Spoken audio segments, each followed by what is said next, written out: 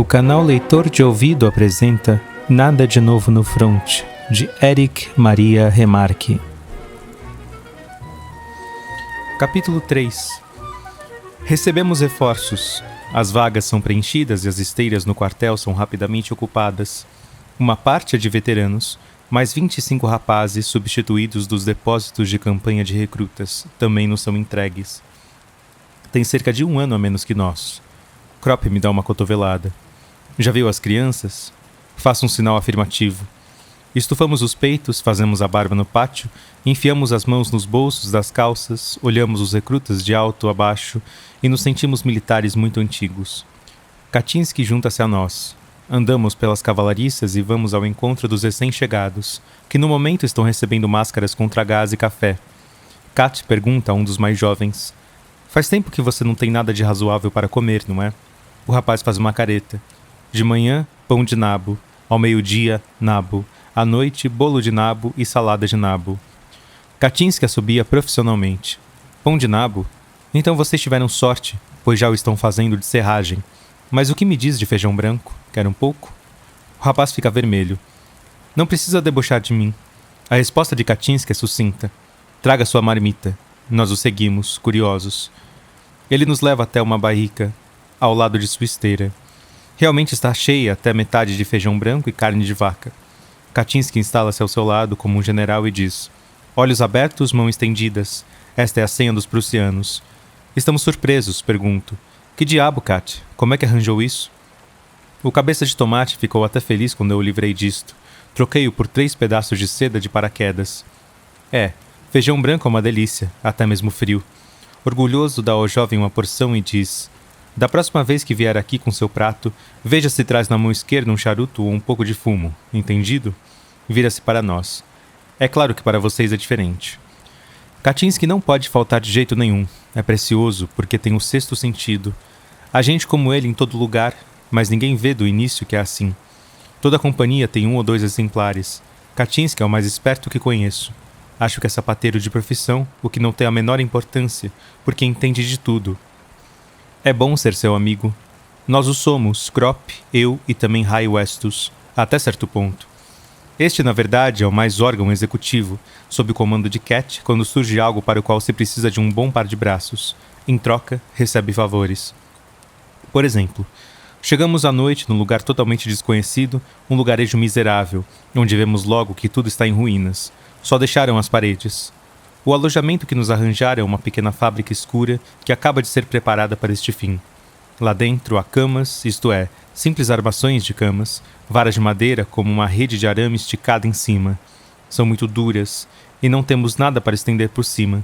Precisamos de cobertor para nos cobrirmos. A lona da barraca é fina demais. Cat examina tudo e diz a Ray Westus: "Venha comigo." Saem para a aldeia que lhes é inteiramente desconhecida. Voltam meia hora depois com os braços cheios de palha. Cat descobriu um estábulo e, com isso, a palha. Agora já poderíamos dormir aquecidos se não fosse a nossa fome terrível. Krop pergunta a um artilheiro, que já está há algum tempo nessa posição: "Não há nenhuma cantina por aqui?" O outro ri. "Está louco? Aqui não há nada, nem casca de pão. Não há mais habitantes." Ele cospe. "Há alguns, mas até eles ficam rondando os caldeirões, mendigando. Isto vai mal. Então temos que apertar os cintos e esperar até amanhã quando vier a boia." Mas vejo Cat enfiar o gorro e pergunto: "Onde vai, Cat?" "Explorar um pouco da situação." Sai gingando. O artilheiro sorri, irônico. "Explore à vontade, mas não vá se cansar carregando tudo o que descobrir por aí." Desapontados, deitamo-nos e ficamos pensando se devíamos avançar na nossa ração de reserva, mas é muito arriscado. Assim, tentamos tirar um cochilo. Krop parte um cigarro e me dá metade. Tjaden descreve seu prato típico regional: feijão graúdo com toucinhos. Critica severamente o seu preparo sem hortaliças. Mas o essencial é cozinhar tudo junto. Pelo amor de Deus, não se deve cozinhar as batatas, o feijão e o toucinho separados. Alguém resmunga que vai amassar a cara do Tjaden até virar tutu de feijão, se não se calar logo. Durante um longo espaço de tempo ficamos em silêncio. Apenas umas velas chamejam em gargalos de garrafas e, de vez em quando, o artilheiro cospe. Cochilamos um pouco até que a porta se abre e Cat aparece. Penso que estou sonhando. Traz 2 grandes pães debaixo do braço. e na mão um saco ensanguentado cheio de carne de cavalo. O cachimbo cai da boca do artilheiro. Ele apalpa o pão. Por Deus, é pão de verdade e ainda está quente. Cat não perde tempo com palavras. Há pão e o resto não importa. Estou convencido de que se colocassem Cat no meio do deserto, em 1 hora arranjariam um jantar. Carne assada com tâmaras e vinho. Lacônico, ele diz a Rai, corte lenha. Então tira uma frigideira debaixo do dolman e do bolso um punhado de sal, e até mesmo gordura. Pensou em tudo. Rai acende uma fogueira no chão. Ela crepita no espaço vazio da fábrica. Saímos das camas. O artilheiro fica em dúvida. Não sabe se deve elogiar para conseguir alguma coisa. Mas Katinsky nem o vê. Para ele, o outro não existe. O artilheiro afasta-se praguejando. Cat sabe como assar carne de cavalo para ficar macia. Não deve ir logo para a frigideira, senão endurece. É preciso cozinhá-la primeiro com um pouco de água. Nós nos agachamos numa roda e, armados com nossas navalhas, enchemos as barrigas. Este é o velho Cat. Se durante 1 ano, num lugar qualquer, apenas por 1 hora, existisse algo comestível para conseguir, Cat, exatamente nessa hora, como um iluminado, enfiaria o gorro e sairia como se estivesse numa bússola, iria diretamente ao local certo e encontraria comida. Ele acha tudo. Quando faz frio, um pequeno fogareiro e lenha, feno e palha, mesas e cadeiras, mas acima de tudo, comida. É um enigma. A gente pensa até que ele tira as coisas do ar como magia. A sua maior proeza foram 4 latas de lagosta. Para dizer a verdade, teríamos preferido manteiga. Estiramo-nos no lado ensolarado do alojamento. Cheira a peixe, a verão e chulé. Cat está sentada do meu lado porque gosta de conversa. Hoje fizemos exercício de continência durante 1 hora porque Tiaden cumprimentou um major descuidadamente. Isso não lhe sai da cabeça, Cat diz. Ouçam o que eu digo. Vamos perder a guerra porque batemos continência bem demais. Krop, com seu passo de cegonha, aproxima-se descalça, a calça arregaçada. Bota suas meias lavadas na grama para secar. Cat olha o céu, solta um peido sonoro e diz pensativo. Cada feijãozinho dá o seu sonzinho. Cat e Krop começam a discutir. Ao mesmo tempo que apostam uma cerveja para ver quem acerta o vencedor de um combate de aviões que está se travando neste momento acima de nós. Cat não desiste de sua opinião, que como velho soldado novamente expressa em rima. Se todos os exércitos tivessem soldado igual e igual comida, a guerra seria depressa esquecida. Krop, ao contrário, é um pensador. No seu entender, uma declaração de guerra deve ser uma espécie de festa do povo, com entradas e músicas, como nas touradas. Depois, os ministros e generais dos 2 países deveriam entrar na arena de calção de banho e, armados de cacetes, investirem uns sobre os outros. O último que ficasse de pé seria o vencedor. Seria mais simples e melhor do que isto aqui, onde quem luta não são os verdadeiros interessados. A proposição agrada. Depois a conversa passa para o exercício no quartel. Com isto, aparece-me uma imagem na mente. Uma tarde causticante no pátio do quartel. O calor paira sobre o lugar. O quartel parece abandonado. Todos dormem. Ouvem-se apenas os tambores ufando. Os soldados que tocam instalaram-se em algum lugar e ensaiam, desajeitada e monotonamente. Que trio! Calor do meio-dia, pátio de quartel e ensaio de tambor. As janelas do quartel estão vazias e escuras. Em algumas, existem calças de farda, penduradas e secando. Olha-se para lá, com desejo de entrar. Os quartos estão frescos. Ó vocês, quartos! Escuros, abafados com as armações metálicas das camas, os velhos armários e os banquinhos na frente. Até vocês podem tornar-se objetos de desejo aqui fora. Aqui são para nós um reflexo lendário do lar. Você e o seu cheiro de comida rançosa, de sono, de fumaça e de roupa. Katinsky descreve tudo isso com colorido e gestos animados. O que não daríamos para podermos voltar para eles. Nossos pensamentos não se atrevem a pedir mais. Ó horas de instrução da madrugada! De quantas partes se compõe o fuzil 98? Ó, vocês, horas de ginástica da tarde! Pianistas, um passo à frente, um passo à direita, apresentar-se na cozinha para descascar batatas. As recordações se sucedem. De repente, Krop ri e diz: baldeação em Lone. Era o divertimento predileto do nosso cabo. Lone é uma estação de baldeação. Para que os nossos soldados de licença não se perdessem, Himmelstoss praticava baldeação conosco nos alojamentos do quartel. Deveríamos aprender que em Lone, pega-se o outro trem atravessando uma passagem subterrânea. As camas representavam essa passagem e cada um ficava de pé ao lado da sua. Então vi o comando. Baldeação em Lone. E como um raio, todo mundo passava por baixo das camas até chegar do outro lado. Durante horas e horas praticavam isto. Nesse interim, o aviador alemão fora abatido, rolando para a terra numa nuvem de fumaça. Assim Kropp perdeu uma garrafa de cerveja e, mal-humorado, conta o dinheiro. Himmelstoss, como carteiro, devia ser um homem modesto, disse eu, depois de Albert refazer-se da decepção. Então, como foi transformar-se num carrasco destes como cabo? A pergunta faz com que Kropp se anime. Não é só Himmelstoss, há muitos assim. Logo que recebem galões ou espadas, tornam-se pessoas diferentes, como se tivessem o rei na barriga. É a farda, sugiro. Mais ou menos, disse Cat, e prepara-se para fazer um grande discurso. Mas a razão é outra. Olhe, quando você ensina um cachorro a comer batatas e depois dá-lhe um pedaço de carne, ele o abocanhará a despeito disto, porque está em sua natureza. E se você der um pouco de autoridade ao homem, acontece a mesma coisa. Ele vai se atirar a ela. Isto vem naturalmente. O homem, no começo, é um animal. E só depois, como um pão que recebe manteiga, deixa-se recobrir como uma camada de decência. Ora, a tropa subsiste por isso, continuou. Um sempre tem autoridade sobre o outro. O mal é que um só tem autoridade demais. O cabo pode atormentar o soldado raso até levá-lo à loucura, assim como o tenente ao cabo, o capitão ao tenente. E como todos sabem disso, acostumam-se logo a abusar. Veja um exemplo muito simples. Voltamos de um exercício e estamos cansados até a alma. Então, vem a voz de comando. Cantar. Bem, aí sai um canto fraco, pois cada um já se dá por muito feliz se ainda consegue arrastar o seu fuzil.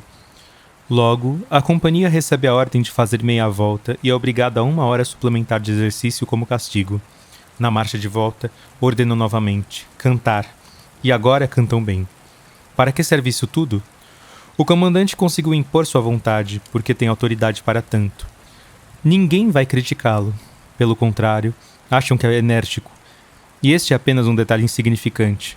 Existem ainda muitos outros processos para nos torcer. Agora, pergunto a vocês, não importa o que um homem faz como civil, qual é a profissão em que alguém pode fazer uma coisa dessa sem que alguém lhe quebre a cara? Só na vida militar. Estão vendo? A autoridade sobe a cabeça de todos. E quanto menos mandava, como civil, mais o poder lhe sobe a cabeça. É que, segundo eles, é necessário haver disciplina, declara Kropp, sem muita convicção. Desculpas, resmunga Cat. Eles têm sempre. Deve ser necessária, mas não pode virar perseguição. E vá tentar explicar isso a um serralheiro, ou um criado, ou um operário. Explique isso a um pobre caipira. E é o que somos aqui na maioria.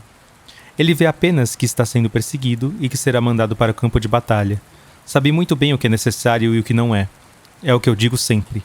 O que se atura aqui na linha de frente é demais. É demais. Todos concordam, pois sabem que a rigidez da disciplina militar só para nas trincheiras, mas recomeça a poucos quilômetros da linha de frente, com as coisas mais absurdas, como por exemplo continências e paradas, porque existe uma lei inexorável. O soldado tem que ficar sempre ocupado. Mas agora aparece Tjaden, com o rosto coberto de manchas vermelhas. Está tão agitado que chega a gaguejar. Radiante, ele escande bem as sílabas. Himmelstoss está a caminho. Ele vem para a linha de frente. Tjaden tem um ódio mortal de Himmelstoss, porque ele educava a sua maneira no acampamento. Tjaden urina na cama à noite, enquanto dorme.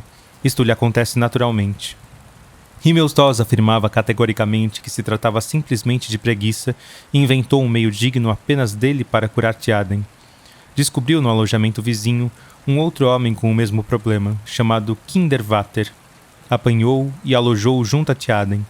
Nos alojamentos havia armações de cama beliche. Os colchões eram feitos de arame. Himmelstoss, então, instalou os dois, um embaixo do outro. O de baixo, é claro, padecia horrivelmente. Assim, na noite seguinte, trocavam de cama. O de baixo ia para cima para se vingar.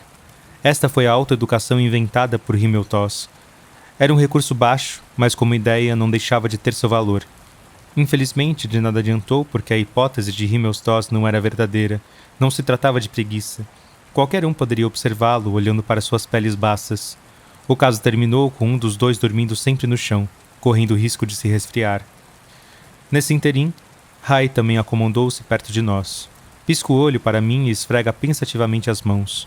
É que vivemos juntos o mais belo dia de nossa vida na tropa. Foi na véspera de nossa partida para o campo de batalha. Fomos incorporados a um dos regimentos que acabavam de ser formados, mas recebemos ordem de voltar para o alojamento para nos darem uniforme de campanha. A bem dizer, não foi para o alojamento dos recrutas, mas para um outro quartel. Na manhã seguinte, bem cedo, deveríamos partir. À noite, preparamos-nos para ajustar contas com Himmeltoss. Há meses, nós o tínhamos jurados a nós mesmos. Krop tinha até planejado que, quando chegasse a paz, entraria para o Correios, para depois, quando Himmeltoss fosse novamente carteiro, poder ser seu superior. Extasiava-se com as imagens de como lhe retribuiríamos os maus tratos. Era justamente por esse motivo que Himmeltoss não conseguia nos dominar. Contávamos sempre com o fato de que iríamos apanhá-lo, nem que fosse no fim da guerra. Por enquanto, satisfazíamos-nos em dar-lhe uma boa surra. Nada poderia nos acontecer se ele não nos reconhecesse. Além disto, partiríamos na manhã seguinte. Conhecíamos a taberna que frequentava todas as noites. Para voltar ao quartel, tinha de passar por uma rua escura e deserta. Foi lá que ficamos, então, à sua espera, escondidos atrás de um monte de pedras. Eu tinha levado um lençol. Tremíamos na expectativa de ver se viria sozinho ou acompanhado. Até que finalmente ouvimos os passos que conhecíamos perfeitamente. Várias vezes nós os tínhamos ouvidos de manhã, quando a porta se abria bruscamente ele berrava, levantar. Está só? Cochichou Krop. Sozinho. E, com Tjaden, arrastei-me à volta do monte de pedras. Já víamos brilhar a fivela de seu cinturão. Himmeltoss parecia meio alto e cantava. Sem o menor pressentimento, passou por nós. Pegamos o lençol, demos um salto e rapidamente atiramo-lo sobre a sua cabeça, pelas costas, apertando-o embaixo de maneira que o cabo ficou como que preso no saco branco e não conseguia sequer levantar os braços. O canto morreu. No momento seguinte, Rai Westus estava junto a nós. Com os braços abertos, empurrou-nos para trás, só para ser o primeiro. Com uma alegria imensa, tomou posição, levantou o braço como um sinaleiro e a mão enorme aberta como uma pá de carvão. Descarregou uma tal pancada no saco branco que poderia ter matado um boi. Himmeltoss virou uma cambalhota e aterrissou a uns 5 metros de distância e começou a gritar. Estávamos preparados para tudo, pois tínhamos trazido uma almofada. Rai agachou-se, colocou a almofada nos joelhos, pegou Himmeltoss pela cabeça e apertou-o contra a almofada. Imediatamente os urros de Himmeltoss se amorteceram. Rai deixava-o respirar de vez em quando. Então, os sons roucos transformavam-se em gritos magníficos, claros, que logo baixavam novamente. Tjaden desabotoou então os suspensórios de Himmeltoss e puxou-lhe a cabeça para baixo. Enquanto fazia isso, segurava um chicote entre os dentes. Levantou-se e entrou em ação. Era um quadro maravilhoso. Himmeltoss no chão, Rai inclinado sobre ele, segurando sua cabeça entre os joelhos. Rai rindo diabolicamente, a boca aberta de prazer, e as ceroulas listradas estremecendo com as pernas tortas que, dentro das calças arriadas, faziam a cada golpe os movimentos mais originais. E dominando tudo isto, um incansável Tjaden surrando o cabo sistematicamente, como se estivesse rachando lenha. Por fim, tivemos que arrancá-lo para que também aproveitássemos um pouco. Finalmente, Rai pôs Himmeltoss de pé e, para encerrar, deu uma representação particular. Parecia que queria colher estrelas, tão alto que levantou o braço direito para desferir o último golpe. Himmeltoss caiu. Rai levantou de novo, colocou em posição e deu ainda uma outra bofetada, de primeira classe, com a mão esquerda. Himmeltoss urrou e fugiu de 4. Seu belo rabo listrado de carteiro resplandecia ao luar. Desaparecemos a toda velocidade. Rai ainda olhou para trás e, num tom de raiva satisfeita, disse um tanto enigmaticamente: a vingança é uma salsicha. Na verdade, Himmeltoss podia considerar-se feliz, porque sua teoria no sentido de que uns devem sempre educar os outros tinha dado bons resultados. Fomos bons alunos dos métodos que preconizara. Nunca descobriu a quem agradecer o acontecimento. Ainda ganhou um lençol, porque quando fomos procurá-lo algumas horas depois, não o encontramos. A proeza desta noite foi a razão pela qual, na manhã seguinte, partimos mais ou menos consolados. Um velho com uma enorme barba classificou-nos, por isso, todo emocionado, de juventude heróica. Capítulo 4. Recebemos ordens de avançar e fazer trincheiras na linha de frente. Quando chegam os caminhões, subimos neles. É uma noite morna e o crepúsculo parece um toldo, sob cuja proteção nos sentimos bem. Ele nos une, até o avarento Tiaden me dá um cigarro e o acende. Estamos de pé, lado a lado, ninguém pode sentar-se. Também não estamos acostumados a nos sentar. Até que enfim vemos Müller de bom humor. Está com as botas novas. Os motores dão a partida, os caminhões rolam ruidosamente. As estradas estão gastas e cheias de buracos. É proibido acender as luzes e os solavancos quase nos derrubam do caminhão. Mas isto não nos inquieta. Que pode acontecer? Um braço quebrado é sempre melhor do que uma bala na barriga, e muitos desejam justamente uma oportunidade como essa para ir para casa. Ao nosso lado, em fila comprida, desdobram-se as colunas de munição. Têm pressa e ultrapassam-nos sempre. Atiramo-lhes piadas, as quais respondem. Surge um muro, pertencente a uma casa que fica fora da estrada. De repente, aguço os ouvidos. Será que me engano? Não. Novamente escuto com nitidez o grasnar de um ganso. Olho para Kaczynski, que me devolve o olhar. Já nos entendemos. Cat, estou escutando o candidato à panela. Ele concorda. Está certo. Quando voltarmos, conheço o terreno aqui. É claro que Cat conhece o terreno. Com certeza conhece cada coxa de ganso num raio de 20 quilômetros. Os caminhões alcançam as posições de artilharia. Os caminhões estão camuflados com ramos de árvores para não serem vistos pelos aviões. É como se fosse uma festa de primavera. Estes camaranchões pareceriam alegres e tranquilos se não fossem habitados por canhões. O ar está saturado com a fumaça dos canhões e com o nevoeiro. Sente-se o gosto amargo de pólvora na língua. Os tiros estouram, fazem estremecer nosso caminhão. O eco rola fragorosamente. Tudo estremece. Nossas feições alteram-se insensivelmente. Não vamos, na verdade, até a primeira linha, somente até as trincheiras, mas em cada rosto pode-se ler: aqui fica o fronte. Estamos nos seus domínios. Isto não é ainda o medo. Quem já esteve tantas vezes na linha de frente como nós, não se deixa abalar. Só os jovens recrutas estão impressionados. Cat ensina-lhes. Aquele foi um 30.5. Vocês podem distingui-lo pela detonação. Ouvirão um disparo, daqui a pouco escutarão seu impacto. Mas o som abafado da explosão não chega até aqui. Perde-se tudo no burburinho da frente. Cat apura o ouvido e declara: esta noite vai haver barulho. Ficamos todos escutando. O fronte está agitado. Krop diz: os Tommy já estão atirando. Ouvem-se nitidamente as detonações. São as baterias inglesas à direita do nosso setor. Estão começando 1 hora antes do normal. Do nosso lado, sempre se começa pontualmente às 10 horas. Que estão pensando? Exclama Müller. Seus relógios estarão adiantados? Vai haver barulho. Estou dizendo a vocês. Sinto nos ossos, declara Cat, enterrando a cabeça entre os ombros.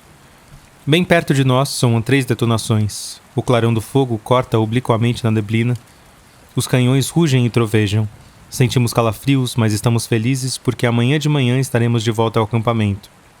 Nossos rostos não estão nem mais pálidos nem mais corados do que antes. Não estão mais tensos nem mais relaxados, e, no entanto, estão diferentes. Sentimos como se o contato de uma corrente elétrica alvoroçasse nosso sangue. Isto não é força de expressão, é um fato. É o fronte, a consciência de estarmos na linha de frente que estabelece esse contato. No mesmo instante em que as primeiras granadas assobiam, quando o ar estremece sob os tiros, insinua-se repentinamente uma expectativa mal reprimida em nossas veias, em nossas mãos, em nossos olhos, um esperar mais vigilante, uma consciência mais intensa do nosso ser, um estranho aguçamento dos sentidos. O corpo, de repente, fica preparado para tudo. Muitas vezes tenho a impressão de que o ar, sacudido, vibrante como asas silenciosas, salta sobre nós, ou como se da própria frente emanasse um fluido elétrico que estimulasse em mim desconhecidas fibras nervosas. É sempre a mesma coisa. Partimos e somos simples soldados casmurrões ou bem-humorados. Vêm as primeiras posições e cada palavra de nossas conversas passa a ter um som diferente. Quando Cat, escarrapachado diante das barracas, diz «vai haver bombardeio», é a opinião pessoal dele, nada mais. Mas quando diz isto aqui, a frase tem a agudeza de uma baioneta reluzindo ao luar. Atravessa nossos pensamentos. Aproxima-se a fala ao inconsciente que acordou dentro de nós, com um sentido confuso.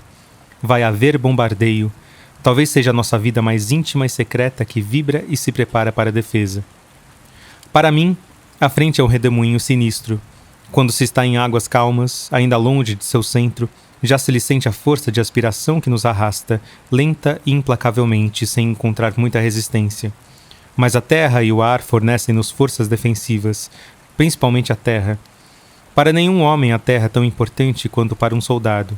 Quando ele se comprime contra ela demoradamente, com violência, quando ela enterra profundamente o rosto e os membros, na angústia mortal do fogo, ela é seu único amigo, seu irmão, sua mãe. Nela, ele abafa o seu pavor e grita no seu silêncio e na sua segurança. Ela o acolhe e o libera para mais 10 segundos de corrida e de vida, e volta a abrigá-lo, às vezes para sempre. Terra, terra, terra. Ó terra com seus relevos, tuas covas e tuas depressões, onde a gente pode se atirar e se agachar. Terra nos espasmos de horror, no romper do aniquilamento, no grito mortal das explosões. Tu nos deste a poderosa contracorrente que nos tira da inércia paroxística e torna-nos salvar a vida. A tormenta furiosa de uma existência quase destruída reflui de ti para nossas mãos, e nós, que escapamos, enterramo-nos em ti. E na felicidade muda e nervosa de termos sobrevivido a esses minutos vencidos, nós te mordemos com fúria. Com um sobressalto, uma parte do nosso ser, ao primeiro ribombar das granadas, recua no passado milhares de anos. É o instinto do animal que desperta em nós, que nos guia e nos protege. Não é consciente, é muito mais rápido, mais seguro, muito mais infalível do que a consciência. Não se pode explicar. Andamos sem pensar em nada.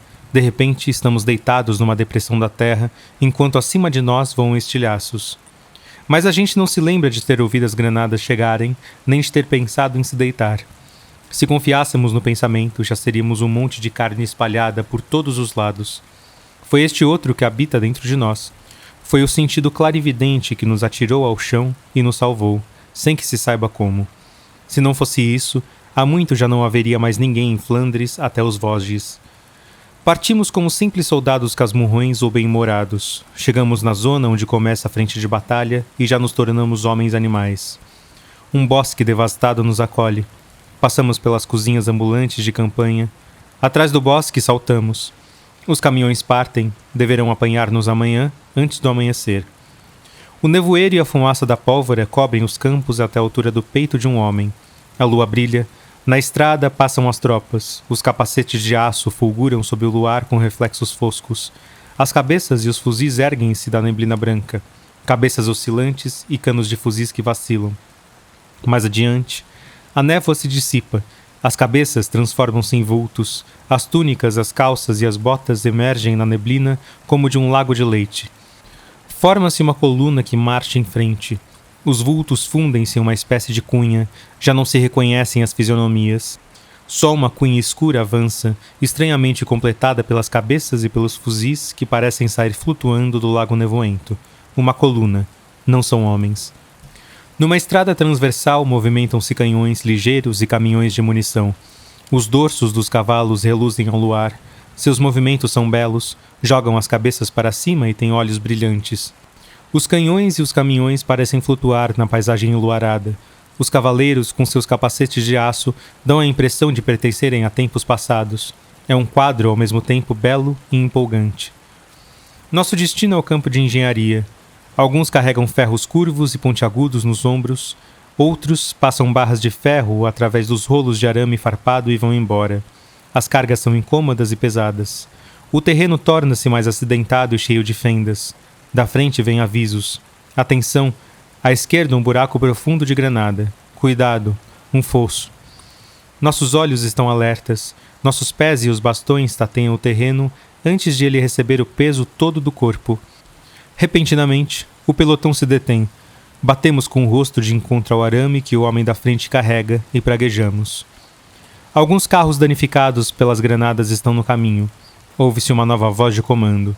Apaguem os cigarros e os cachimbos. Estamos bem perto das trincheiras. Nesse interim, escureceu totalmente. Contornamos um pequeno bosque e, então, temos diante de nós as primeiras linhas de frente de batalha.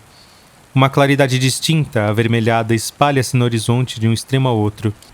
Ela parece estar em movimento contínuo. atravessada pelos clarões que irrompem das bocas das baterias. Foguetes luminosos elevam-se para o céu, bolas prateadas e vermelhas que explodem e caem numa chuva de estrelas verdes, vermelhas e brancas. Foguetes franceses sobem, abrem no ar um paraquedas de seda e descem lentamente. Iluminam tudo como se fosse dia claro. Seu brilho vem até nós e vemos a nossa sombra nitidamente no chão. Eles flutuam no ar alguns minutos até se consumirem. Em seguida sobem outros, de todos os lugares, e depois novamente os verdes, vermelhos e azuis. Raio de bombardeio, diz Cat. O trovejar dos canhões aumenta até transformar-se em único ribombar surdo, que logo se divide em explosões sucessivas. As metralhadoras crepitam. Acima de nós, o ar está cheio de petardos invisíveis, de assobios, sibilos e sussurros. São as granadas de calibre menor, mas em meio a tudo, soa também a voz poderosa dos canhões de grosso calibre, dos tiros da artilharia pesada, que vão cair na retaguarda. Produzem um grito rouco e distante como os dos veados no cio e sobem alto por cima dos uivos e silvos dos pequenos obuses. Os holofotes começam a vasculhar o negro céu. Seus focos alongam-se como réguas imensas de extremidades mais finas. Um deles imobiliza-se e treme um pouco. Imediatamente, um segundo aproxima-se, eles se cruzam. Um inseto preto está entre eles e tenta escapar. É um aviador. Este hesita, fica ofuscado e começa a cair. Cravamos as estacas de ferro solidamente a intervalos regulares. São sempre 2 homens que seguram um rolo, os outros desenrolam o arame farpado. É o horrível arame com pontas longas e retorcidas. Como não estou mais acostumado a desenrolá-lo, rasgo as mãos. Após algumas horas, terminamos o trabalho, mas ainda temos tempo antes da chegada dos caminhões. A maioria deita-se no chão e dorme. Procuro fazer o mesmo, mas está frio demais. Sente-se que estamos perto do mar, e acordamos a todo instante por causa do frio. Finalmente consigo adormecer. Quando acordo, sobressaltado, não sei onde estou. Vejo as estrelas, vejo os foguetes e por um segundo tenho a impressão de ter adormecido em alguma festa num jardim. Não sei se é manhã ou noite. Estou deitado no berço pálido do crepúsculo e espero as palavras suaves que deverão vir, ternas e tranquilizadoras. Será que estou chorando? Passo a mão nos olhos. É tão estranho. Sou uma criança. Sinto a minha pele macia. Tudo dura apenas um segundo e então reconheço a silhueta de Katinsky. Está sentado tranquilamente, o velho soldado, fumando seu cachimbo. Um cachimbo com tampa, é claro. Quando repara que estou acordado, diz apenas: "Que susto, hein? Foi só um foguete que caiu lá no mato." Levanto-me, sinto estranhamente só. É bom que Cat esteja perto. Olhando pensativo para a linha da frente, diz: "Seriam bonitos fogos de artifício se não fossem tão perigosos." Atrás de nós, cai uma granada. Alguns dos recrutas estremecem, assustados. Depois de uns minutos, explode outra granada, mais perto que antes. Cat apaga seu cachimbo. "Vai haver barulho", diz ele. E o bombardeio começa para valer. Afastamo-nos rastejando tão bem quanto se consegue, na pressa. A terceira granada cai bem no meio de nós. Alguns gritam. No horizonte sobem foguetes verdes. A lama espirra alto, os estilhaços zumbem. Ouvem-se explosões ainda durante muito tempo depois de os estampidos emudecerem. Junto a nós está deitado um recruta louro, no mais completo pavor. Tem o rosto escondido entre as mãos. O capacete caiu longe. Apanho-o com dificuldade, quero recolocá-lo em sua cabeça. Ele olha para cima e afasta o capacete e, como uma criança, mete a cabeça embaixo do meu braço, apertando-a contra o meu peito. Os ombros estreitos tremem. Ombros como os de Kemerich. Deixo-o ficar, mas para que o capacete tenha qualquer utilidade, coloco-o no traseiro, não por brincadeira, mas porque é o ponto mais elevado de seu corpo. Embora a carne seja muita, os tiros nesse lugar são terrivelmente dolorosos, além de se ter que permanecer meses a fio no hospital, deitado de bruços, e depois ficar capenga, com quase toda certeza. Em algum lugar não muito longe acertaram alguém. Escutam-se gritos nos intervalos das explosões. Por fim, o silêncio. Um bombardeio passou sobre nós e cai, agora, sobre as últimas trincheiras de reserva. Ousamos dar uma olhadela. Foguetes vermelhos dançam no céu. Provavelmente vai haver um ataque. Perto de nós, tudo quieto. Levanto-me e dou um tapa no ombro do recruta. "Passou, rapaz." Mais uma vez, correu tudo bem. Aturdido, ele olha à volta. Para tranquilizá-lo, digo-lhe: "Vai se acostumar em breve." Repara no seu capacete e enfia-o na cabeça. Pouco a pouco volta a si. De repente, fica vermelho como fogo e me olha encabulado. Cuidadosamente, aponta para o traseiro com uma expressão atormentada. Entendo imediatamente. É a dor de barriga da frente de batalha. Não foi exatamente para isto que coloquei o capacete lá, mas mesmo assim, consolo. Não é vergonha nenhuma. Muita gente já encheu as calças depois do batismo de fogo. Vá lá atrás do bosque e jogue fora sua ceroula. Entendido? E sai correndo. Tudo fica mais calmo, mas os gritos não param. O que há, Albert? Pergunto. Lá do outro lado, uma das colunas foram atingidas em cheio. Os gritos continuam. Não são homens, eles não gritam assim tão horrivelmente. Kat diz: cavalos feridos. Eu nunca tinha ouvido cavalos gritarem e quase não posso acreditar. É toda a lamentação do mundo. É a criatura martirizada. É uma dor selvagem, terrível, que assim geme. Ficamos pálidos. Detherin levanta-se. Pelo amor de Deus, acabem logo com eles. É lavrador e conhece os cavalos muito bem. Isso toca-lhe fundo. E como se fosse de propósito, o fogo quase cessa, fazendo ficar mais nítido o gritar dos bichos. Não se sabe mais de onde vem, nesta paisagem calma prateada. São invisíveis, espectrais. Em todo lugar, entre o céu e a terra, os gritos se propagam. Detherin, descontrolado, berra. Atirem neles, atirem logo, seus malditos, pelo amor de Deus. Tente recolher primeiro os homens, diz Cat. Levantamo-nos e procuramos descobrir o lugar. Se ao menos pudéssemos ver os animais, seria mais fácil de suportar o pesadelo. Meyer tem um binóculo. Vemos um grupo escuro de enfermeiros com macas e grandes massas negras, que se agitam. São cavalos feridos, mas não estão todos ali. Alguns continuam a galopar mais adiante, caem no chão para depois se erguerem novamente.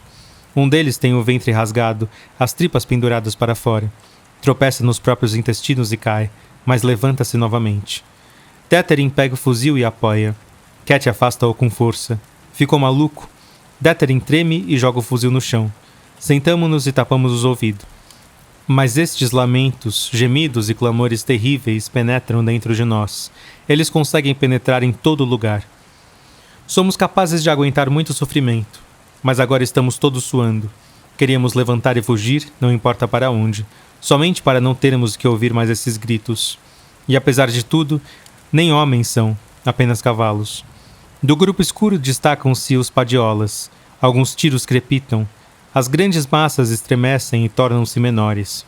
Até que enfim, mas ainda não acabou. Os homens não conseguem aproximar-se dos animais feridos, que no seu medo fogem, levando toda a dor nas bocas escancaradas. Uma das silhuetas fica de joelhos. Um tiro, o cavalo cai, e depois outro. O último apoia-se nas patas dianteiras e gira como um carrossel. Sentado, continua a rodar nas pernas dianteiras apoiadas. Provavelmente a espinha está quebrada. O soldado aproxima-se correndo e o abate. Lentamente, com humildade, a massa desliza para o chão. Tiramos as mãos dos ouvidos. Os gritos silenciaram, apenas num suspiro prolongado que vai se extinguindo, ainda pairando no ar. Agora, só os foguetes, o assobio das granadas e as estrelas novamente. Isto é quase estranho. Detherin anda de um lado para o outro, praguejando. Gostaria de saber que culpa têm estes pobres animais. Em seguida, volta ao mesmo assunto. Sua voz está agitada, seu tom é quase solene quando diz: é o que digo a vocês. Usar animais na guerra é a maior infâmia do mundo. Voltamos para a retaguarda. Está na hora de chegar em nossos caminhões. O céu ficou um pouco mais claro. São 3 horas da madrugada. O vento está limpo e fresco. A hora pálida torta nossos rostos cinzentos. Tateando, avançamos uns atrás dos outros, através das trincheiras e dos buracos de granadas. E chegamos novamente na zona da neblina. Kaczynski está inquieto. É um mau sinal. Que tem você, Cat? Pergunta Krop. Queria que já estivéssemos em casa. Em casa, ele quer dizer nas barracas do acampamento. Não vai demorar muito mais, Cat. Ele está nervoso. Não sei. Chegamos às trincheiras e depois aos prados. Aparece o pequeno bosque. Aqui conhecemos cada palmo de terreno. Lá adiante fica o cemitério dos caçadores, com montículos e as cruzes negras. Neste instante, atrás de nós, um silvo agudo, que aumenta e se transforma num poderoso trovejar. Abaixamo-nos. 100 metros à nossa frente sobe uma nuvem de fogo. Sob o impacto de uma segunda explosão, uma parte do bosque sobe lentamente no ar, arrancando 3 ou 4 árvores que depois caem em pedaços. As granadas que se seguem assobiam como válvulas de cadeiras. O fogo é pesado. Abriguem-se, berra alguém. Abriguem-se. Os prados são planos. O bosque fica longe demais. É perigoso. Não há outro abrigo senão o cemitério e o relevo dos túmulos. Vamos para lá, tropeçando na escuridão, e como um escarro, cada um cola-se num pedaço de terra. Não há muito que perder. A escuridão enlouquece. Ela agita-se e esbraveja. Sombras mais negras do que a noite precipitam-se sobre nós, raivosamente. O fogo das explosões ilumina o cemitério. Não há por onde fugir. Ao clarão de um obus, arrisco um olhar para a direção dos prados. Estes estão como um mar revolto. As labaredas dos projéteis sobem como repuxos de água. É totalmente impossível alguém atravessá-las. O bosque desaparece em pedaços, esmagado, aniquilado. Temos que ficar abrigados no cemitério. À nossa frente a terra explode. Chovem torrões. Sinto um solavanco e minha manga é rasgada por um estilhaço. Fecho a mão em punho. Não há dor. Mas isso não me tranquiliza, porque os ferimentos sempre doem depois. Apalpo o braço, está arranhado, mas salvo. Agora sinto uma pancada na cabeça. Começo a perder os sentidos. Tenho um pensamento fulminante. Não desmaie. Afundo numa massa negra, uma espécie de vácuo, mas recomponho-me logo. Um estilhaço atingira meu capacete, mas tinha vindo de tão longe que não atravessou. Limpo a lama dos olhos, à minha frente abriço uma cratera. Vejo-a confusamente. É raro cair mais de uma granada no mesmo buraco, e por isso procuro entrar nele. De um salto, atiro-me para dentro, achatado como um peixe fora d'água. Novamente, um sibilar faz-se ouvir. Encolho-me depressa, procuro abrigar-me. Sinto alguma coisa à minha esquerda, aperto-me contra ela, a coisa cede. Gemo. A terra desfaz-se, a pressão do ar troveja nos meus ouvidos. Arrasto-me debaixo da massa que cede. Puxo-a por cima de mim. É madeira e pano. Um abrigo. Um miserável abrigo contra os estilhaços que caem à minha volta. Abro os olhos. Meus dedos seguram uma manga. Um braço. Um ferido? Grito-lhe. Nenhuma resposta. É um morto. Minha mão esquadrinha mais longe e encontra lascas de madeira. Lembro-me então de que estamos no cemitério. Mas o fogo é mais forte do que tudo. Destrói a consciência. Arrasto-me mais profundamente sobre o caixão. Ele deve proteger-me mesmo que a própria morte esteja deitada nele. À minha frente abre-se uma cratera. Abarco-a com os olhos como se fosse com as mãos. Preciso entrar nela de um só salto. Sinto algo no rosto. Uma mão que agarra meu ombro. Será que o morto ressuscitou? A mão me sacode, viro a cabeça e na luz tênue reconheço Kaczynski. Tem a boca aberta e berra. Não escuto nada. Ele me sacode, aproxima-se num momento de menos barulho. Sua voz me alcança. Gás.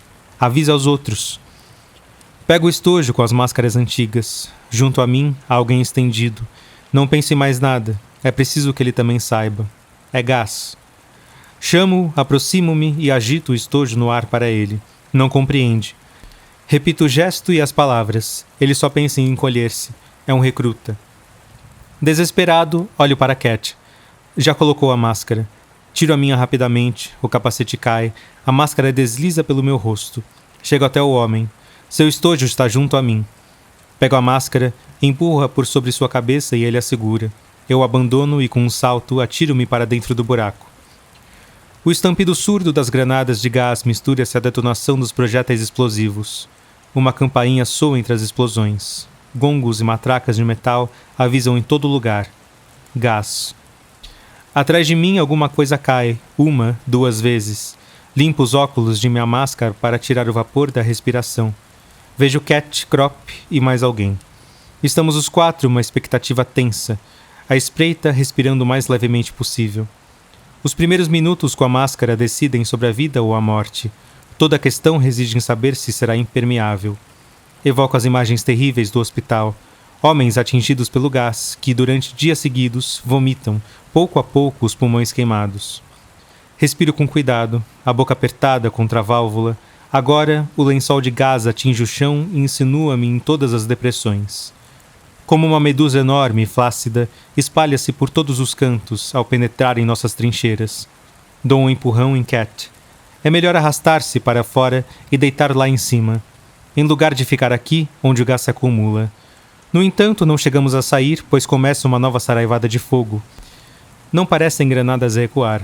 É como se a própria terra enfurecida clamasse.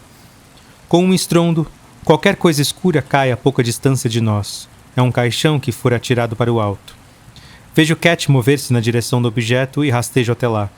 O caixão caiu em cima do braço estendido do quarto homem da nossa cratera. Com a outra mão, tenta arrancar a máscara contra gás. Crop agarra-o nesse momento, torce seu braço firmemente e o mantém assim. Cat e eu começamos a tentar liberar o braço ferido. A tampa do caixão está solta e quebrada. É fácil de arrancá-la. O morto, nós o retiramos. Ele cai no chão como um saco, depois soltamos a parte inferior do caixão. Felizmente, o soldado perde os sentidos e assim, Albert pode ajudar-nos. Agora não precisamos tomar tanto cuidado e com o auxílio das pás trabalhamos até o caixão ceder. A claridade aumentou. Cat agarra um pedaço de tampa, coloca-o embaixo do braço esmagado e o enrolamos com todas as nossas ataduras dos estojos portáteis. Agora, nada mais podemos fazer. Minha cabeça, enfiada na máscara, quase estoura de zumbidos. Os pulmões estão cansados. Não tem para respirar senão o mesmo ar quente e viciado. As veias da testa e das fontes ficam entumecidas e a gente se sente sufocar. Uma luz cinzenta filtra-se até nós. O vento varre o cemitério. Arrasto-me até a beirada da cova.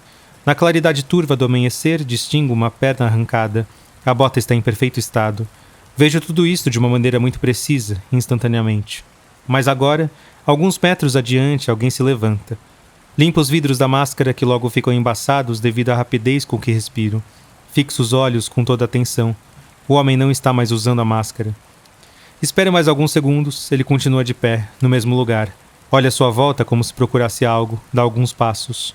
O vento espalhou o gás, o ar está limpo. Eu também arranco a máscara, vivamente, e caio no chão. Como água fria, o ar circula violentamente dentro de mim. Os olhos me parecem querer saltar das órbitas. A onda de ar me inunda e turva a visão. O bombardeio acabou. Volto na direção da cratera e faço sinal para os outros, que saem arrancando, também, as máscaras. Pegamos o ferido. Um de nós segura o braço entalado, e assim, afastamo-nos depressa aos tropeções. O cemitério é um campo de ruínas. Caixões e cadáveres estão espalhados por toda parte. É como se tivessem sido mortos novamente, mas cada um dos que foram feitos em pedaços salvou a vida de um de nós. O gradil do cemitério foi destruído. Os trilhos da estrada de ferro militar que passam na área foram arrancados e erguem-se retorcidos no ar. À nossa frente, há alguém estendido no chão. Paramos, e só Crop continua a andar com o ferido. O que está por terra é um recruta. O quadril sangra-lhe abundantemente. Ele está tão esgotado que pega o meu cantil com rum e chá. Cat me retém e inclina-se sobre ele. Onde é que o acertaram, companheiro? Revira os olhos, está fraco demais para responder. Cuidadosamente cortamos sua calça. Começou a gemer. Calma, vai melhorar. Se foi um tiro na barriga, não pode beber nada. Não vomitou, o que é um bom sinal. Descobrimos o seu quadril. É só uma massa de carne, com lascas de osso. A articulação foi atingida. Este rapaz nunca mais poderá andar. Passo o dedo molhado nas têmporas e dou-lhe um gole para beber. Seus olhos animam-se. Só agora percebemos que o braço direito também sangra. Cat estica 2 ataduras largas para cobrir a ferida. Procura um pano para enrolar por cima. Não temos nada e, por isto, rasgamos mais um pouco a calça do ferido para usarmos o tecido de sua ceroula como atadura. Mas ele não usa ceroulas. Olho mais de perto. É o loiro de ainda há pouco. Neste interim, Cat descobriu outra gaze no bolso de um morto, e nós a aplicamos cuidadosamente à ferida. Ao rapaz, que nos olha fixamente, digo: vamos apanhar uma padiola. Então ele abre a boca e murmura: fiquem aqui. Voltamos já. Vamos apanhar uma maca para você, responde Cat. Não conseguimos saber se ele entendeu. Choraminga como uma criança quando nós lhe voltamos as costas. Não vão embora. Cat olha em redor e diz, em voz baixa: não seria melhor pegar o revólver e simplesmente acabar com tudo? O rapaz dificilmente suportará o transporte e não viverá mais do que alguns dias. Tudo o que passou até agora não é nada se comparado ao que irá sofrer até a morte. Por enquanto, ainda está atordoado e nada sente. Em 1 hora, será um feixe de dores insuportáveis. Os poucos dias de vida que ainda lhe restam serão para ele uma única e terrível tortura. E quem lucrará com isso? Concordo com a cabeça. Sim, Cat, tem razão. Dê-me o revólver, diz ele, parando de andar. Vejo que já se decidiu. Olhamos à volta, mas não estamos mais sós. Na nossa frente junta-se um pequeno grupo. Surgem cabeças das trincheiras e dos túmulos. Vamos apanhar uma maca. Cat sacode a cabeça. Gente tão jovem. Pobres crianças inocentes, repete. Nossas baixas são menores de que poderia supor. 5 mortos e 8 feridos. Foi apenas um breve ataque de artilharia. 2 dos nossos mortos jazem numa das covas abertas, e nosso único trabalho consiste em cobri-las de terra novamente. Voltamos, caminhando em silêncio um atrás do outro. Os feridos são transportados para os hospitais de campanha. A manhã está nublada e triste. Os enfermeiros agitam-se entre números e fichas. Os feridos gemem. Começa a chover. 1 hora depois, alcançamos nossos caminhões e subimos neles. Agora, há mais lugar que antes. A chuva aumenta e esticamos as lonas das barracas para cobrirmos as cabeças. A água tamborila nelas. Os regatos da chuva correm em volta de nós. Os caminhões sacolejam através dos buracos. Balançamos de um lado para o outro, sonolentos. Na frente dos caminhões, 2 homens levam longas forquilhas. Prestam atenção aos fios de telefone, que pendem tão baixo pela estrada que poderiam arrancar-nos as cabeças. Os 2 homens pegam-nos com varas bifurcadas e levantam-nos, afastando-os de nós. Escutamos os seus avisos. Atenção! Fio! E na nossa sonolência abaixamo-nos e novamente nos endireitamos. Monotonamente os caminhões sacolejam. Monótonos são os avisos e monótona cai a chuva. Cai por sobre as nossas cabeças e a dos mortos lá na frente, sobre o corpo do pequeno recruta com ferimento que é grande demais para o seu quadril. Cai na cova de Kemerich. Cai nos nossos corações. Em algum lugar há uma explosão. Estremecemos. Os olhos abrem-se, despertamos, as mãos já preparadas para saltar do caminhão para as valas ao longo da estrada. Nada mais. Apenas os avisos monótonos. Atenção, fio. Abaixamo-nos e voltamos a cochilar. Você está ouvindo o livro Nada de Novo no Front, de Érica Maria Remarque, no canal Leitor de Ouvido. Obrigado por acompanhar e até a próxima.